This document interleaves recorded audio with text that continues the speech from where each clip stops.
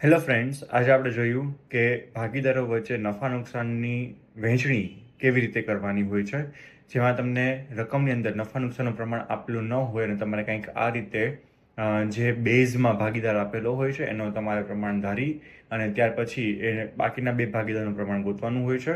અહીંયા તમને કીધું છે કે કીર્તન અને દિલીપના હિસ્સાનો પાંચમો ભાગ એટલે ભાગ્યા 5 કરવાથી તમને કીર્તનનો હિસ્સો મળી જશે. તો તમારે દિલીપનો હિસ્સો છે ધારવો પડે. તો આપણે એવી કોઈ સંખ્યા ધરવાની કે જે ઇઝીલી 5 વડે ભાગી શકાતી હોય. તો 5ને 5થી ભાગી શકાય, જેથી કરીને 1 આવે છે. અને કીર્તનના હિસ્સાનો બમણો ભાગ રિયાને મળે છે, તો 1ના બમણા એટલે કે 2 એ રિયાને મળશે. પછી તમને પેઢીનો કુલ નફો આપ્યો છે 1,92,000.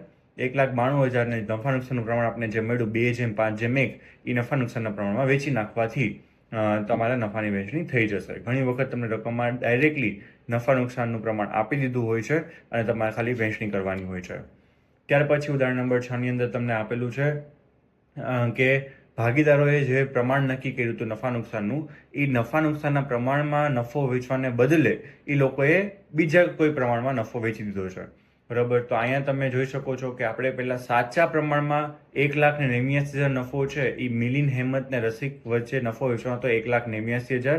એ 1,89,000 નફો આપણે સાચા પ્રમાણમાં, સાચું પ્રમાણ આપ્યું છે 1/2/4. તો 1/2/4માં નફો વેચવાથી દરેક ભાગીદારને કેટલો નફો મળે છે આપણે શોધી લીધું. ત્યાર પછી એ લોકોએ ખોટી વહેંચણી શું કરી હતી? 1/1 એટલે કે સરખે હિસ્સે નફો વેચેલો હતો એ ખોટી વહેંચણી કરેલી છે. એટલે સાચામાંથી ખોટું માઇનસ કરવાથી તફાવતની તમને રકમ આવશે. હવે તફાવતની રકમમાં જે માઇનસમાં આન્સર આવે, બે આન્સર માઇનસમાં આવ્યા 36,09,000. જેટલા માઇનસમાં હોય એટલા જ પ્લસમાં હોવા જોઈએ. 36 + 9 45 માઇનસમાં છે, 45 અહીંયા પ્લસમાં છે. હવે આની ભૂલ સુધારણા નોંધ કઈ રીતે થાય? તો કે જે ભાગીદારના મૂડી ખાતા માઇનસમાં આવે છે, માઇનસમાં તફાવતની રકમ આવે છે, એને આપણે ઉધાર કરી નાખવાના. એટલે મિલિંદ કે મૂડી કે ચાલુ ખાતે ઉધાર, હેમંતના મૂડી કે ચાલુ ખાતે ઉધાર, અને જેનું જમા એટલે કે પ્લસ આવે છે એના મૂડી ખાતે આપણે જમા કરવાનું રહેશે. આ રીતે ભૂલ સુધારણા નોંધ કરવાની હોય છે અને બાબત જે લખવી જરૂરી હોય છે. Thank you.